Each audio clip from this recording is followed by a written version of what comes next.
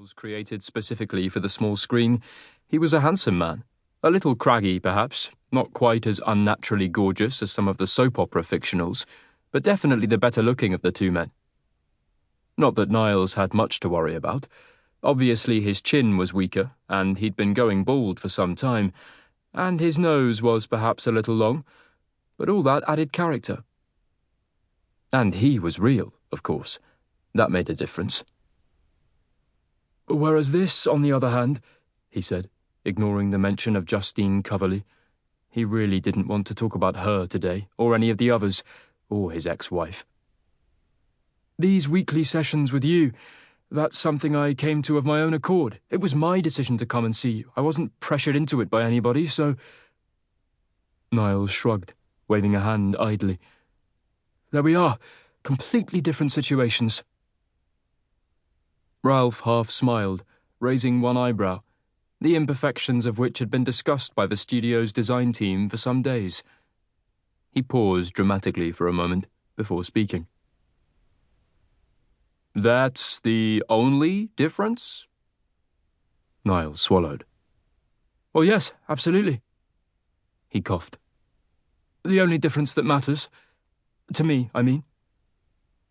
He leaned forward, scratching the back of his head. Ralph's arms were folded now, and Niles had a feeling he'd seen that particular fold of the arms on a very special episode of Cutner's Chair, where Ralph Cutner had analysed a grand wizard of the local clan. Do you think there are any other differences?" Niles tried to make his voice as innocent as possible. "Between you and her, that matter?" Ralph raised his other eyebrow and said nothing. Niles sighed. "It's going to sound insulting." "How so?" "It's going to sound as if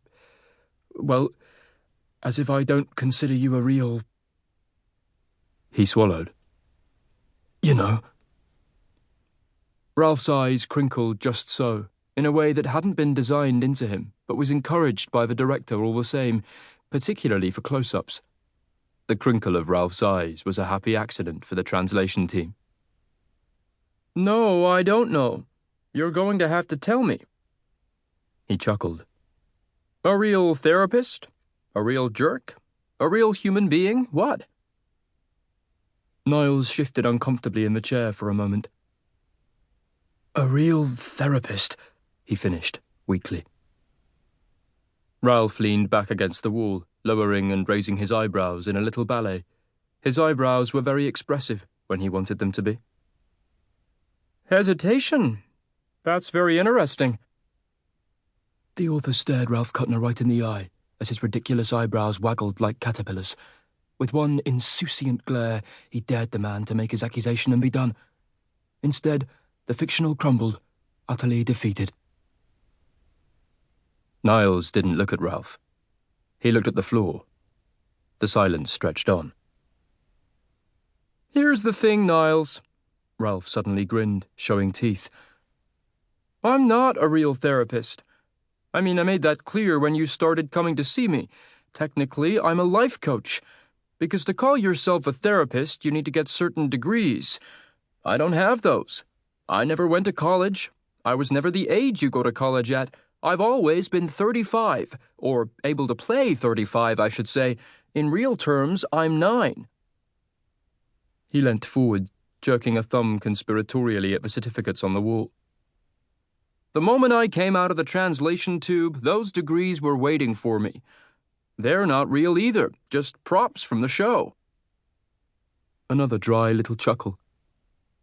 "But you knew that." Niles flushed red. Of course, he knew all about the show.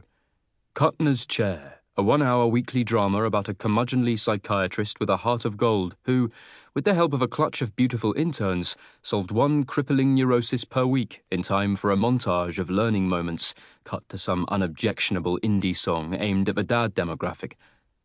It had run for 7 seasons, leaving behind a large, albeit steadily shrinking fan base, several dozen Tumblr accounts, a small ocean of memorabilia, and the fictional, Ralph Cutner. There were still, occasionally, in far-flung corners of the world,